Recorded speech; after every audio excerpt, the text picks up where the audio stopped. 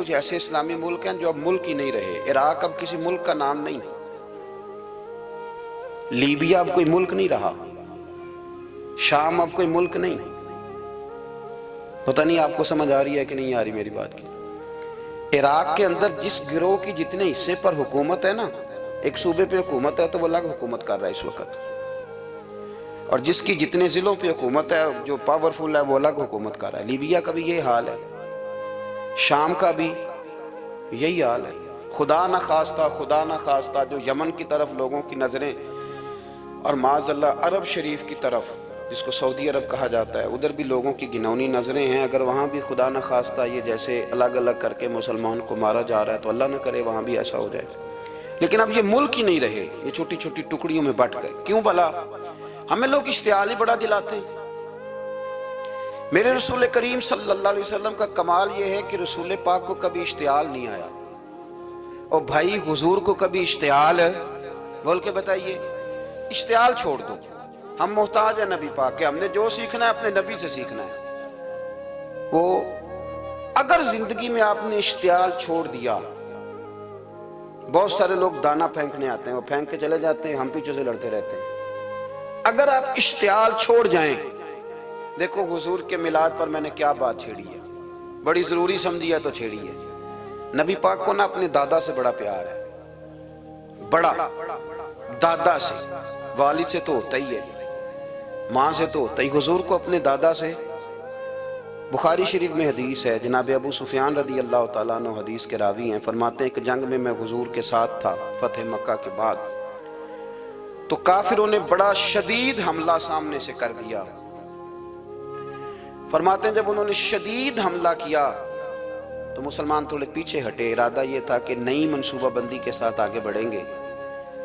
कहते मैंने नबी पाक सल्लल्लाहु अलैहि वसल्लम के घोड़े की लगाम थामी हुई थी, सहाबा पीछे हटे पर हुजूर नहीं पीछे हटे और आगे बढ़े। तो मैंने कहा या रसूलल्लाह सब लोग पीछे हट रहे हैं, जरा पीछे हट के नई हिकमत अमली, नई ताजगी के साथ वार करेंगे ताकि मुकाबला कर सके। तो जंग का मौका है, जंग का वक्त है। और हुजूर वहां नारा क्या लगाते हैं, फरमाया पीछे नहीं हटना। क्यों? अनन नबी ला काजिब अना इब्ने अब्दुल मुतलिब ला काजिब, फरमाया पीछे नहीं हटना। एक तो इसलिए नहीं हटना कि मैं नबी हूं और ये भी सच है, और इसलिए भी पीछे नहीं हटना कि मैं कोई मामूली आदमी नहीं, मैं अब्दुल मुतलब का पोता हूं। अब पीछे हटना, कितनी दिलचस्पी है अपने दादा के साथ, कितना प्यार है। जरूरी नहीं दादा पीएचडी हो तो फिर ही प्यार किया जाए, ये भी जरूरी नहीं कि दादा करोड़पति हो तो फिर भी प्यार किया जाए, या दादा पीर हो, सूफी हो, आलिम हो तो फिर ही प्यार किया जाए। माँ बाप तो माँ बाप ही होते हैं, माँ बाप तो माँ बाप होते हैं। मुझसे कोई कहे मैं अपनी अम्मा पे 6 जिल्दों में किताब लिख सकता हूँ, मैं जिम्मेदारी से कह रहा हूँ, वुजू के साथ बैठा हूँ। अगर कभी अल्लाह मुझे मौका दे तो मैं कई जिल्दों में अपने वालिद पर किताब लिख सकता हूँ। ये जरूरी तो नहीं कि माँ बाप पढ़े लिखे हों तो फिर ही उन पर लिखा जा सकता है। माँ अगर उपले भी थापती हो ना, उसे अलिफ बा ता सा न भी देख के पढ़ना आता हो तो बेटे से प्यार कितना करना है ये उसे आता होता है, ये अल्लाह उसे देख के भेजता है। इसके लिए किसी पीएचडी की जरूरत ये उसे पता होता है, ये अल्लाह ताला उसके सीने में पहले उतारता है। नबी पाक सल्लल्लाहु अलैहि वसल्लम को बड़ा प्यार, आना इब्ने अब्दुल मुतलिब, और मैं कोई मामूली आदमी नहीं, मैं अब्दुल मुतलब का पोता हूं। ये जंगों में हुजूर ऐलान करते। अब दूसरी किताब देखिए अल वफा शरीफ में और शिफा शरीफ में हदीस है, हजरत उमर फारूक रावी फरमाते मैं खड़ा था, यहूदियों का एक बहुत बड़ा आलिम है, जैद बिन दसना उसका नाम है, हजरत बिलाल हबशी रदी अल्लाह तआला अन्हु फरमाते हैं कि जब कहीं ज़रूरत पड़ती थी तो हम लोगों से कर्जा लेते थे। वो एक दिन मुझे कहने लगा मुझसे कर्जा ले लिया करो, मेरे पास पैसे पड़े होते हैं। मैंने उससे कर्जा ले लिया नबी पाक सल्लल्लाहु अलैहि वसल्लम के मेहमानों के लिए, क्योंकि मेरी जिम्मेदारी थी मेहमानों की देखभाल। आप फरमाते हैं कि अभी उसके हजरत उमर फरमाते हैं कि वादे में 3 दिन बाकी थे, मैं हुजूर के साथ था। वो आलिम था यहूदियों का, तौरात जानता था। तो चौक में उसने खड़ा कर लिया और खड़ा करके कहने लगा नबी करीम सल्लल्लाहु अलैहि वसल्लम से कि मेरे पैसे दें। तो हुजूर सल्लल्लाहु अलैहि वसल्लम ने फरमाया कि अभी तो 3 दिन बाकी हैं वादे में, इंशाअल्लाह वादे पे दे देंगे। मैंने जो मजमून छेड़ा है वो मैंने मुकम्मल करना है। आप मेरी बात पे तवज्जो करना, मैं कह चुका हूँ कि हुजूर को दादा से बड़ा ही प्यार है। अब वो यहूदियों का आलिम क्या कहता है नबी पाक को, ताना किस तरह देता है, माज़ल्ला सुम्मा माज़ल्ला नकले कुफ्र कुफ्र न बाशा। जब हुजूर ने कहा ना अभी 3 दिन बाकी हैं, तो कहने लगा जी माज़ल्ला सुम्मा माज़ल्ला, फिर माज़ल्ला, करोड़ दफा माज़ल्ला। कहने लगा जी अब्दुल मुत्तलब की औलाद का तरीका ये है, पैसे ले लेते हैं फिर वापस नहीं करते। है ना इश्तियाल वाली बात। यानी वैसे ही आप किसी को कहें कि तेरे दादे की औलाद शादी का तरीका ही वो गर्म हो जाएगा। और अगर ये कह दिया जाए उस जात के बारे में जिससे आप प्यार भी इश्क की हद तक करते हो, तो अब थप्पड़ तो बनते हैं ना 4, अब डंडा तो बनता है ना। लेकिन मेरे नबी पाक इश्तियाल में नहीं आते थे, मिजाज नहीं था रसूल करीम। नबी करीम सल्लल्लाहु अलैहि वसल्लम इतनी बड़ी बात कर दी कि हजरत उमर कहते हैं मैंने यूं करके तलवार पे हाथ रखा, निकाल ली नियाम से बाहर, गर्दन उड़ाऊंगा इस गुस्ताख। रसूल करीम ने फरमाया उमर ये तू क्या कर रहा है, तेरे तो जिम्मे ये था कि तू उसे नरमी का कहता और मुझे पैसे देने का कहता। अब इस तरह कर, इसे फलां जगह ले जा, वहां खजूरें पड़ी हैं तोल के दे दे, चल 2 किलो ज्यादा भी दे देना। तो उमर फारूक रदी अल्लाह तआला अन्हु कहते हैं मैंने कहा हुजूर ज्यादा किस बात की, मैं तो पूरी भी जरा नाप तोल के दूंगा। और एहतियात से किस बात की ज्यादा, इस नालायक को ज्यादा दूं। हुजूर फरमाने लगे ज्यादा इसलिए देनी है कि तूने इसे डांटा है, तूने तलवार दिखाई है, अब 2-3 किलो ज्यादा देनी। हजरत उमर कहते हैं मैं ले गया और मैंने 2-3 किलो खजूरें ज्यादा दी, पर वो मेरे अंदर जो उसके बारे में कोफ्त थी वो जाती नहीं थी। मेरा दिल करता था काट डालूं इसे। और जब मैंने दे ली ना तो मेरे करीब आया, मेरे घुटने पे हाथ रखा। आंसू बड़े कीमती होते हैं, एक कभी निकलते हैं। कहते हैं जब मेरे घुटने पे उसने हाथ रखा तो वो यहूदियों का आलिम रो पड़ा। कहने लगा उमर तेरा क्या ख्याल है कि मैं बिला वजह ये मैंने बात कर दी। कहा नहीं, तू रोता क्यों है, पहले बेदबी करता है अब रोता है। तो कहने लगा उमर मैं कोई मामूली आदमी नहीं, मैं पढ़ा लिखा बंदा हूँ, मामूली होता तो जल्दी मान जाता। मैं तौरात का, इंजील का, ज़बूर का आलिम हूँ। मैंने आखिरी नबी की सारी सिफतें अपनी किताबों में पढ़ी हैं। मैंने सारी बातें छुप छुप के नबी पाक में देख ली थी। एक बात मैंने हुजूर की आजमानी थी अभी, वो ये था कि नबी पाक के सामने जितनी भी जहालत करोगे ना, अल्लाह के रसूल का हिल्म उस पर गालिब आ जाएगा, हुजूर का सब्र उस पर गालिब आएगा। मैंने ना आज वो आजमाना था और मैंने ना साजिश करके बिलाल को पैसे दिए थे और मैंने साजिश करके 3 दिन पहले मांगे थे। पर उमर तुझे मुबारक हो, मैंने तो आजमा के माना है, तू बगैर आजमाए मोहम्मद अरबी का गुलाम बन गया है। अब ले जा, मुझे माफी भी दिला और नबी पाक सल्लल्लाहु अलैहि वसल्लम की गुलामी भी मेरे लिए, इस सनद पे भी तू मेरे साथ शामिल हो। जिंदगी में इश्तियाल ना अपने आप को आने दे। लोग दुनिया में बातें करने आए हैं और बातें करने वाले रह जाया करते हैं। बातें करने वाले, मेरी बात की समझ आ रही है, और काम करने वाले वो कर जाते हैं। अगर आप बातों पे आप वक्त गुजारेंगे तो रह गए। इश्तियाल, वकीलों को भी यहाँ इश्तियाल आता है, यहाँ डॉक्टरों को भी इश्तियाल आता है, यहाँ फलाने को भी इश्तियाल आता है, यहाँ भैया आप किस चक्कर में पड़ गए। अगर आपको इश्तियाल ही आना है, आप देखें ना अहले ताइफ ने नबी पाक के साथ क्या किया। तारीख में ना कुछ अल्फाज ऐसे हैं जो पढ़े नहीं जाते। जब उन्होंने कहा कि माज़अल्लाह आप नबी हैं जो दरवाजा दरवाजा घूम रहे हैं, आप नबी हैं जिनके साथ लश्कर ही कोई नहीं, पैसे ही कोई नहीं, आप हैं, इतने सख्त जुमले, फिर पत्थर भी मारे। इश्तियाल तो 1.5 मिनट में आ जाता बंदे को, और हमारे यहाँ तो रह भी सिर्फ इश्तियाल ही है, सिर्फ इश्तियाल ही है। जिसको देखो उसे इश्तियाल है, इधर भी लड़ाई, उधर भी दंगा, उधर भी फसाद। भैया आप छोड़ें। रसूल करीम अलैहिस्सलाम को हजरत ज़ैद बिन हारिसा ने कहा हुजूर दुआ करेंगे तबाह हो जाए। नबी पाक ने फरमाया, लफ्ज़ हदीस के फरमाया लम उबअसु लआनन, फरमाया मैं को ताने देने वाला बन के आया हूं, मैं को वो हूं जो तानाजनी करूंगा, बद्दुआ दूंगा उन्हें। फरमाया इन्नमा बुइस्तु हादियन व रहमा, फरमाया मैं तो रहमत बन के आया हूं और लोगों को हिदायत का रास्ता दिखाने के लिए आया हूं। जिंदगी में कभी भी इश्तियाल। एक बात और करनी है आपसे, उस पर भी आपने खास तवज्जो करनी है, जो हमारे लिए सरकार की मोहताजी में से खैरात हमने लेनी है, वो ये है नबी पाक सल्लल्लाहु अलैहि वसल्लम को ना कुरान मजीद ने हरीस कहा। अल्लाहु अकबर। यहाँ शायद आप मुझे कह दें तो मैं नाराज हो जाऊं, लेकिन कुरान ने कहा हरीसुन अलैकुम बिल मुमिनीना रऊफुर रहीम। अल्लाह करे कि हम कुरान के अल्फाज पर गौर करें। हरीसुन अलैकुम, ऐ मेरे महबूब के गुलामों, नबी पाक सल्लल्लाहु अलैहि वसल्लम ना तुम पर हरीस हैं, यानी तुम्हारी भलाई चाहने में जल्दी करते, तुम्हारी भलाई चाहने में। ये ऐसे अल्फाज हैं कि इससे बढ़कर मैं इनका माना नहीं कर सकता। अगरचे उलमा तफसीर ने हरीसुन अलैकुम के कई मानी बयान फरमाया महबूब को जल्दी है। बेटा भी अम्मा से कहता है अम्मा आहिस्ता आहिस्ता ही मेरी तरक्की होगी ना।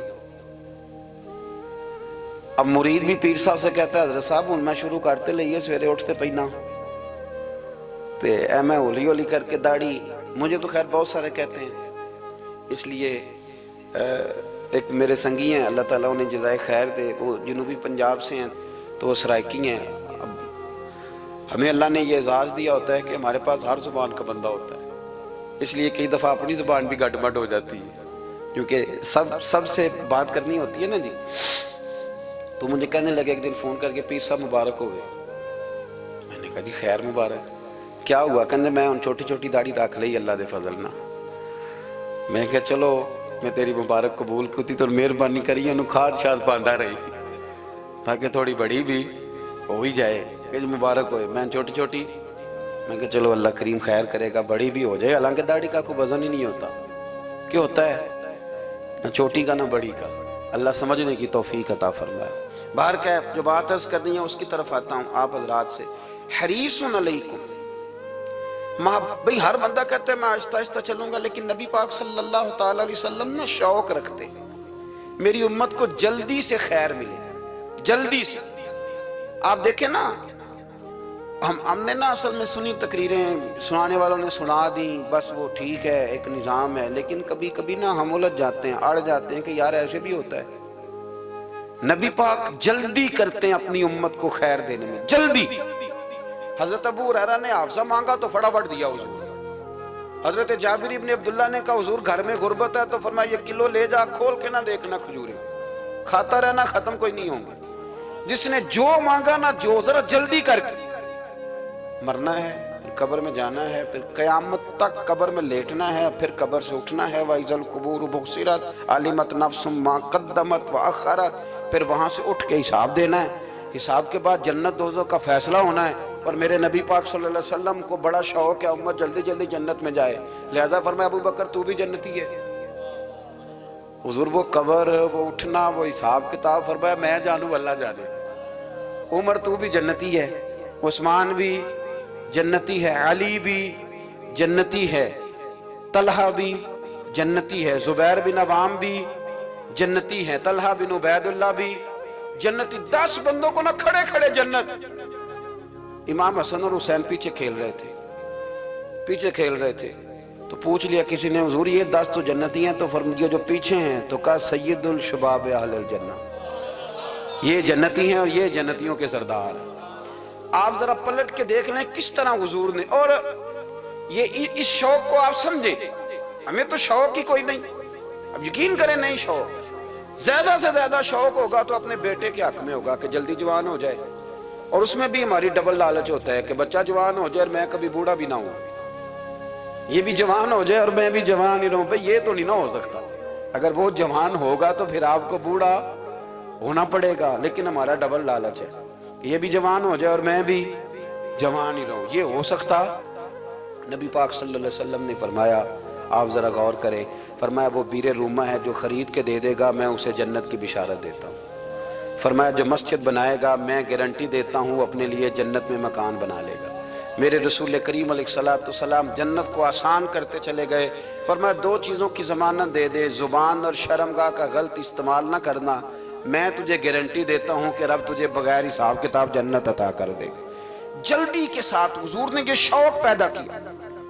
हमारे यहाँ ना हर मामले में तेजी है। अमीर रातों रात होना है, हसीन रातों रात होना है, और बादशाह भी नेक जरा आहिस्ता आहिस्ता होके करना है, आहिस्ता आहिस्ता आहिस्ता आहिस्ता। और तू हर वेले मसीते बह रहना है तो और कितने बही है जी? भाई मस्जिद अल्लाह का घर है, तेरे घर बैठते तो 2-3 दिन ज्यादा बैठते, तूने कहना था कोई और काम भी करेगा कर। अल्लाह के घर बैठे हैं तो यहां भी तुझे इतराज है? किधर जाके बैठे, किधर बैठे जाके? हमारा एक पीर भाई था, अल्लाह अकबर, तो हज़रत साहब के पास आके ना किसी ने शिकायत लगाई उसकी कि उसके घर वाले कहते हैं त्यार वाले पीरा को बैठा रहना है। तो सब हंस पे फरमान लगे, एक बार फिर गल करी, कहता जो कहते हैं हर वक्त पीरों के पास बैठ रहता। फरमाया यार बड़ा मजा है, एक बार फिर करी।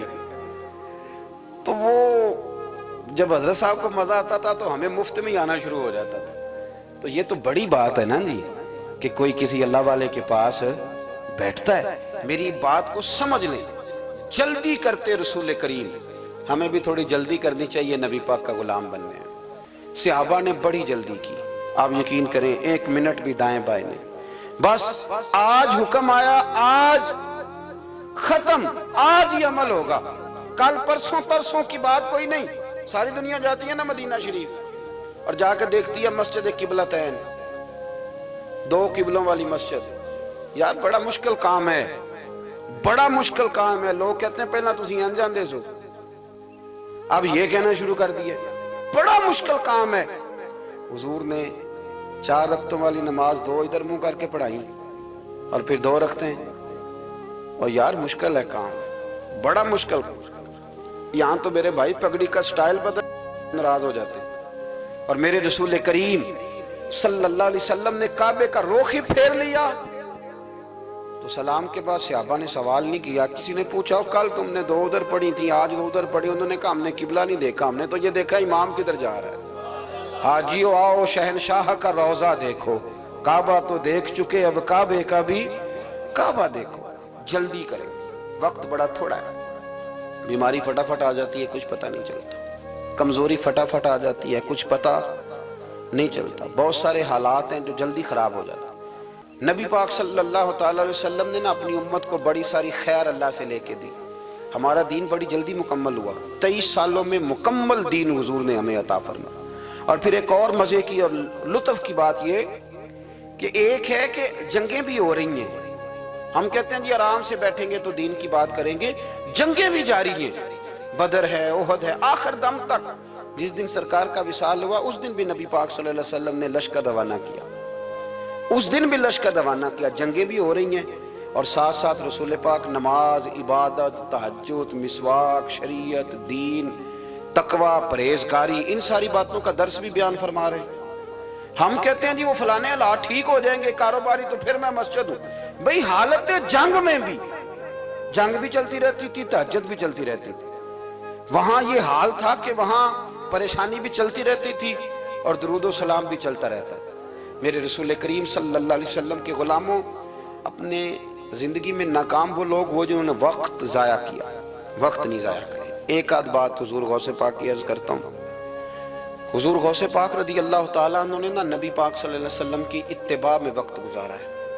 कुछ बंदे अल्लाह के बड़े खास होते हैं। हुजूर गौसे पाक रदी अल्लाह ताला को अल्लाह ने एजाज अता फरमाया, शान अता फरमाई कि गौसे आजम दरमियाने औलिया जो मोहम्मद दरमियाने अंबिया। इस तरह नबियों में रसूल करीम का मकाम है ना, इस तरह वलियों में गौसे पाक जिलानी का मकाम है। हुजूर गौसे पाक रदी अल्लाह ताला अन्हु को अल्लाह ने कई एजाज़ात दिए। सबसे बड़ी बात यह कि अल्लाह ने उन्हें करामात अता की। करामत दीन का पूरा एक हिस्सा है। हमारे यहाँ ना लोग कहते हैं अखलाक बयान करें जी, वो कहते क्या थे, करामत क्या होती? भाई करामत तो कुरान पाक ने बयान फरमाई। आसफ बिन बरखिया जनाबे बिल्कीस का, मलका बिल्कीस का तख्त लाए थे। ये अल्लाह ने क्यों आयत नाज़िल की कुरान पाक में? वो किस्सा कहानी है कि वो जी तख्त लाए, ये क्यों बयान की? और तख्त आया किस तरह आया? उन्होंने कहा कि आंख झपकने से पहले आ जाएगा, फिर आया कि नहीं आया? उनसे पूछा ये कैसे आया? कहने लगे हाज़ा मिन फज़्ल रब्बी। ओ संगियो, सिर्फ हजरत सुलेमान अलैहिस्सलाम का उम्मती तख्त ला सकता है, नबी पाक का गुलाम नहीं ला सकता। यार आपने करामत का इनकार करके अपने आप को कमजोर कर लिया। और नहीं जी नहीं, ये कैसे हो, क्या मतलब है इसका? आप सूरह नमल रोज पढ़े और जनाब सुलेमान अलैहिस्सलाम के उम्मती की शान बयान करें कि वो आंख झपकने से पहले 80 गज ऊंचा, 80 गज चौड़ा, 80 मन वजनी तख्त आंख झपकने से पहले ले आए। किसी बंदे का ईमान खराब नहीं होता। और मेरे गौसे पाक जिलानी, ये वो बंदे हैं जिनके बारे में नबी पाक ने फरमाया कि मेरी उम्मत के उलमा बनी इसराइल के नबियों की तरह हैं, उम्मतियों की तरह नहीं। किन की तरह? नबियों की तरह, नबियों की तरह। हजरत गौसे पाक रदी अल्लाह ताला, हमको मलांग लोग नहीं हैं अल्हम्दुलिल्लाह ताला। हम तो गौस पाक की करामत भी मानते हैं पर कुरान और सुन्नत की ऐनक लगा के मानते हैं। ये मेरी बात समझ लें। हजरत गौसे पाक रदी अल्लाह ताला ने तालिब इल्मों को सबक पढ़ा रहे थे, तो सबक पढ़ाते पढ़ाते ना हाथ आगे बढ़ाया, तो अचानक हाथ वापस आया तो गीला हो गया था सारा। तो शागिर्द भी बड़े सियाने होते हैं, उन्होंने सबक छोड़ दिया, उस्ताद जी के गीले बाजू को देखना शुरू किया। हुजूर ये क्या है? तो गौस पाक भी गौस पाक थे। हर बंदे का हाजमा इतना अच्छा नहीं होता कि उसको हर बात हजम हो जाए। कईयों को बदहजमी भी बड़ी सख्त होती है, खट्टे खट्टे डकार आते हैं बात सुन के, कानों से धुआं भी निकलते हैं कई दफा। तो उन्होंने पूछ लिया फटाफट कि हुजूर ये क्या हुआ? तो गौस पाक को पता था कि सबका हाजमा ठीक है। मियां साहब ने भी कहा था, खासान दी गलामा आगे नहीं मुनासब करनी। अगला शेर मैं नहीं ये पढ़ना क्योंकि ज्यादा डर है, तो मैं इधर ही रहता हूँ, इतना ही काफी है कि खासान दी गलामा आगे नहीं मुनासब करनी। उन्होंने कहा हुजूर ये क्या है? तो आप फरमाने लगे तुम्हारे वाली बात नहीं। अल्लाह अकबर। अभी सबक पूरा हो रहा था तो बंदे दौड़े दौड़े आ गए और उन्होंने नारे लगाने शुरू, या गौस या गौस या गौस। लोग कहते हैं गौस पाक से मिलता नहीं। मैं क्या ठीक कहते हैं, नहीं ना मिले, जिन्हों मिले उससे रौला पाना ना, बड़ा मिले, बड़ा मिले, बड़ा मिले। अपना अपना मामला ना। किसी ने कहा हुजूर कुछ नहीं देते, तो किसी ने कहा मेरे करीम से घर कतरा किसी ने मांगा, दरिया बहा दिए, दुर्बे बहा दिए। जिसको मिला है वो तो शोर करेगा। तो थोड़ी देर के बाद ही बंदे पहुंच गए, उन्होंने आके या गौस के नारे भी लगाए, वो मचले भी, वो रोए भी, वो कदम भी चूमे, अपने मुकद्दर पे नाज भी किया। शुक्र है अल्लाह का, अल्लाह ने हमें आपका गुलाम बनाया, शुक्र है। तो तालिब इल्मों ने पूछा हुआ क्या? कहने लगे कश्ती में बैठे थे तो डूबने लगी थी। तो हमने कहा कि हम तो गौस पाक के मानने वाले हैं। तो फिर हुजूर गौसे आजम का दस्ते मुबारक नमूदार हुआ है और कश्ती को पकड़ के किनारे लगा दिया है, कश्ती को पकड़ के किनारे लगा दिया है। एक करीब कहने लगा ये कैसे हो सकता है? तो दूसरा उसकी कमर पे थपके दे के कहने लगा वैसे ही हो सकता है जैसे आसिफ बिन बरकिया के साथ हुआ था, बिल्कुल वैसे ही हो सकता है। सैयदना गौसे आजम की करामात इतनी मुतवातर के साथ है कि मुल्ला अली कारी फरमाते इतनी तो करामतें सुनी नहीं जितनी गौसे पाक को अल्लाह ने अता फरमाई। रब करीम ने उन्हें दर्जा दिया, वकार दिया, उनकी दुआओं को कबूलियत दी, अल्लाह ने उन्हें एजाज के साथ नवाजा, अल्लाह ने उन पर फजल फरमाया। एक ताजर था तो मुल्क शाम जाता था अक्सर तजारत करने के लिए, माल कमा के लाता, गरीबों की भी मदद करता, मदारस की, मसाजिद की, सब जगह जहां दीन की जरूरत होती पहुंचता। एक बगदाद में और दरवेश भी गुजरे जिनका नाम शेख हम्माद है, वो भी बड़े दरवेश थे। वो ताजर शेख हम्माद के पास गया, कहने लगा मेरे लिए दुआ कर दे, मैं जा रहा हूँ सफ़र के लिए। तो उन्होंने कहा मैं सुबह बताऊंगा। इस्तिखारा किया, सुबह कहने लगे ना जाना, तेरा माल भी लुट जाएगा और तू कत्ल भी हो जाएगा। वो बड़ा परेशान हुआ, हुजूर गौसे पाक के पास गया, कहने लगा हुजूर वहाँ भी मैंने कहला भेज दिया है, सामान मेरा पड़ा है, जाऊँगा नहीं, पेमेंट नहीं करूँगा, मिलेगा नहीं तो खसारा हो जाएगा, मेहरबानी फरमाए। गौसे पाक ने मुराकबा किया और मैं तू जा अल्लाह खैर करेगा, तू जा अल्लाह खैर करेगा। मुरीद का अमल के यकीन, पीर का अमल के यकीन, चले आप फैसला कर लें तो मैं आगे बढ़ता हूँ। हज़रत गौसे आज़म रज़ी अल्लाह ताला अन्हु ने मुरीद से कहा तू जा और अल्लाह खैर करेगा। वो गया, कहते मैंने पेमेंट की, माल लिया, वापस आया, घोड़ों का सफ़र था, रास्ते में रात को एक जगह सोया, ख्वाब देखता हूँ, ख्वाब में डाकू आ गए, उन्होंने पहले माल लूटा फिर मुझे कत्ल किया, और जब मेरे गर्दन पर उन्होंने खंजर चलाई, ख्वाब देख रहा हूँ तो मेरी फटाफट आँख खुल गई, और जब मेरी आँख खुली तो मैं उसी वक्त ही रख्ते सफ़र बांधा, सरपट घोड़े दौड़ाए, कुछ रात को कुछ दिन को, सवेरे बगदाद पहुँच गया। कहते ख्याल था कि पहले गौस पाक के पास जाऊंगा, लेकिन पहले शेख हम्माद से मुलाकात हो गई। मेरा चेहरा देखा, परेशान तो देख के मुस्कुराए, फरमाने लगे भी तेरा पीर बड़ा शानदार है, तेरा पीर बड़ा शानदार है। वो काम जो हकीकत में होना था ना, हकीकत में उन्होंने दुआ की है तो रब करीम ने उसे ख्वाब बना दिया है। उनकी दुआ की बरकत से अल्लाह ने उसे, अब मैं बात मजबूत करना चाहता हूँ तो मैं एक हदीस पाक भी पढ़ दूँ। लोग कहेंगे जी मरने वाला भी बढ़ जाता है, उम्र भी बढ़ जाती है। मिशकात की हदीस है, तिरमिजी में भी मौजूद है। नबी पाक सल्लल्लाहु अलैहि वसल्लम ने फरमाया, अगर तुम चाहते हो रिस्क भी बढ़ जाए, उम्र भी लंबी हो जाए, तो अपने रिश्तेदारों से अच्छा सलूक करो। इसका मतलब है कि उम्र बढ़ जाती है, मौत कुछ वक्त के लिए टल भी जाती है। हुजूर गौसे पाक को अल्लाह ने बड़ा एजाज़ दिया, बड़ी करामात दी। आप फरमाया करते थे, मैंने 40 साल अपने रब को राज़ी किया मुसल्ले पे बैठ के। तो मेरे मालिक ने फिर पूछा है कि अब्दुल कादर कुछ मांग ले, कोई बात कर ले। तो सैयदना गौसे आज़म रदी अल्लाह ताला अन्हु फरमाते हैं कि मैंने फिर अपने रब करीम की बारगाह में अर्ज़ किया, मालिक जो क़यामत तक मुझसे मोहब्बत करे, फजल करना उसे बगैर तौबा के मौत ना देना। तो मेरे रब ने मेरी इस दुआ को शर्फ़ कबूलियत अता फरमाया कि जो मुझसे प्यार करेगा, मेरा नाम लेगा, वो बगैर तौबा के नहीं मरेगा। जिन्नात भी आपकी बारगाह में हाजिर होते, आपको शेख बहरो बर कहा जाता है। जब आपने मिंबर पर बैठकर ये ऐलान फरमाया ना कि मेरा ये कदम हर वली की गर्दन पर है, तो खुरासान के जंगलों में मोइनुल मिल्लत वद्दीन अताए रसूल हिंदुल वली ख्वाजा मोइनुद्दीन अजमेरी मौजूद थे। तो वहाँ ऐलान करने लगे, कहने लगे गौस पाक सिर्फ गर्दन पे क्यों, आप मेरी आँखों पे भी कदम रखें, मेरे सर पे भी कदम रखें। अल्लाह ने इन औलिया को बड़ा एजाज़ दिया, इन्हें अल्लाह ने बड़ी शान दी। अपनी निस्बत अल्लाह के बंदों से मजबूत रखें। ज़रूरी नहीं कि आप किसी जगह मुरीद ही होंगे तो आपकी निस्बत मजबूत होगी। आप ख्वाजा मोइनुद्दीन से प्यार करें, आप हज़रत बहाउल्लाह नक्शबंद बुखारी से प्यार करें, दाता अली अजवेरी से प्यार करें, आप गौसे पाक जिलानी से, आप अल्लाह के नेक बंदों से मोहब्बत करें, इनका तज़किरा सुनें। अब तो पूरी मुहिम चली हुई है अल्लाह के बंदों के खिलाफ। लोगों ने ऐसा वार चलाया कि बस जी कुछ भी नहीं जी, आप छोड़ें, आप डायरेक्ट किताब व सुन्नत को पढ़ें, कोई भी नहीं जी, कोई वली नहीं। तो फिर वो जो इतनी आयतें हैं, वो हदीसें हैं, वो सारा कुछ, इसका मतलब है उम्मत में वली होते ही नहीं। तो अला इन्ना औलिया अल्लाह ला खौफुन अलैहिम वला हुम यहज़नून का क्या माना है, इसका क्या मतलब? आपने तो मिलिया मेट कर दिया सारा। पूरी मुहिम चली, अल्लाह के बंदों से प्यार करें। और मेरे नबी पाक सल्लल्लाहु अलैहि वसल्लम ने फरमाया, जो जिससे प्यार करेगा क़यामत के दिन उसी के साथ उठाया जाएगा। और हज़रत अबू ज़र ग़िफ़ारी ने अर्ज़ किया था, या रसूलल्लाह अगर वो उन जैसे अमल न भी करे तो फरमाया अल्लाह बड़ा करीम है, ईमान की सलामती से जाए, अल्लाह उनके साथ ही खड़ा फरमा देगा।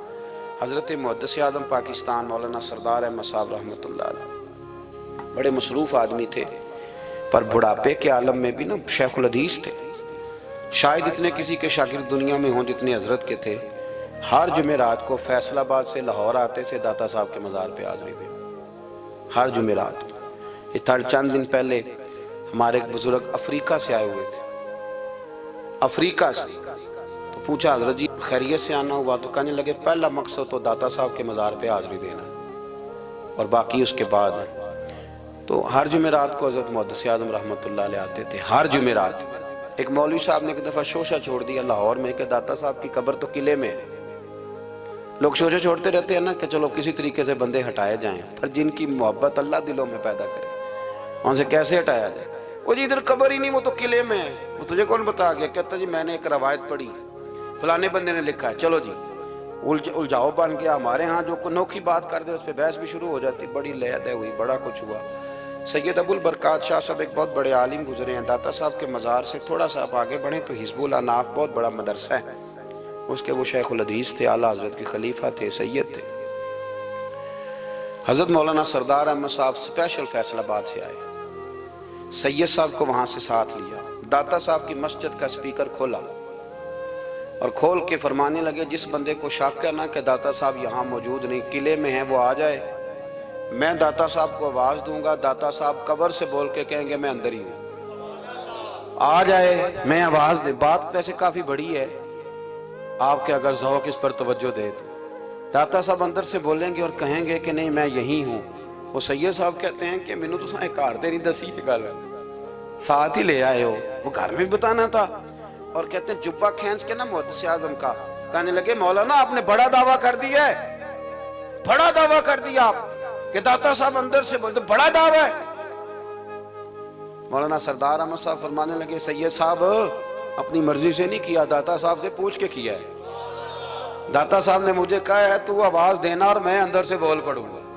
फरमाया मैं कल शाम तक इधर बैठा हूं, जिसका दिल करे वो आए, मैं इंशाल्लाह ताला आवाज दूंगा और अली बिन उस्मान हजवेरी कब्र के अंदर से बोलेंगे। लेकिन चूंकि पीछे करम था ना, लिहाजा आया कोई भी नहीं। पहुंचा कोई बंदा तो याद रखें अल्लाह के बंदों से प्यार करें।